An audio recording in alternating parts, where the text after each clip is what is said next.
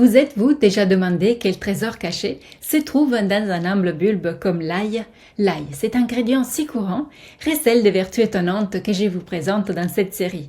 Je vous dévoile ces secrets pour en faire un véritable allié pour votre santé et bien-être. Abonnez-vous à cette chaîne pour explorer ensemble les secrets thérapeutiques et condimentaires de l'ail, qui fascinent encore aujourd'hui chercheurs et passionnés de santé naturelle.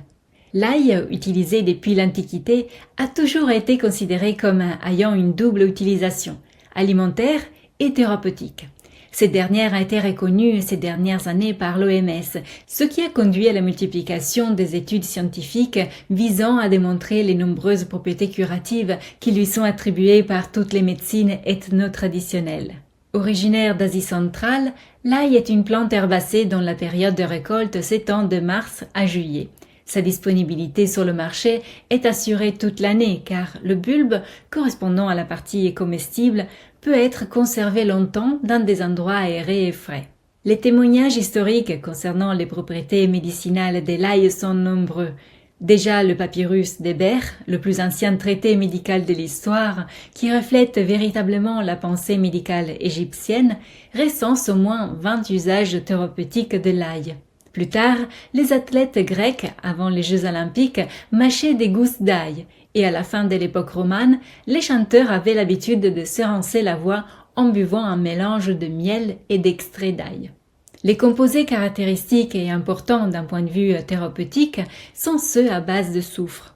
Certains sont solubles dans l'eau, inodores, non irritants, chimiquement stables, et ils dérivent de l'acide aminé cystéine.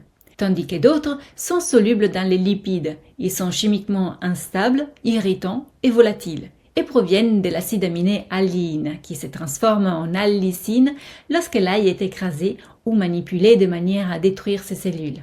De l'allycine dérivent ensuite des véritables sulfures, auxquels il arrive parfois que nous soyons allergiques. Si l'ail est consommé cru et frais, ces substances possèdent un pouvoir antibactérien et antiviral remarquable. Dans la prochaine vidéo, on va voir comment utiliser l'ail en cuisine afin d'exploiter ses propriétés remarquables. C'était une courte vidéo d'introduction à propos de l'ail. On a jeté les bases d'un vaste sujet qui est celui de l'ail et que je vais développer en plusieurs vidéos. Abonnez-vous à cette chaîne pour ne rien manquer. Je vous dis à demain pour la prochaine vidéo et d'ici là, souvenez-vous qu'il est toujours le bon moment de prendre soin de soi et de son assiette.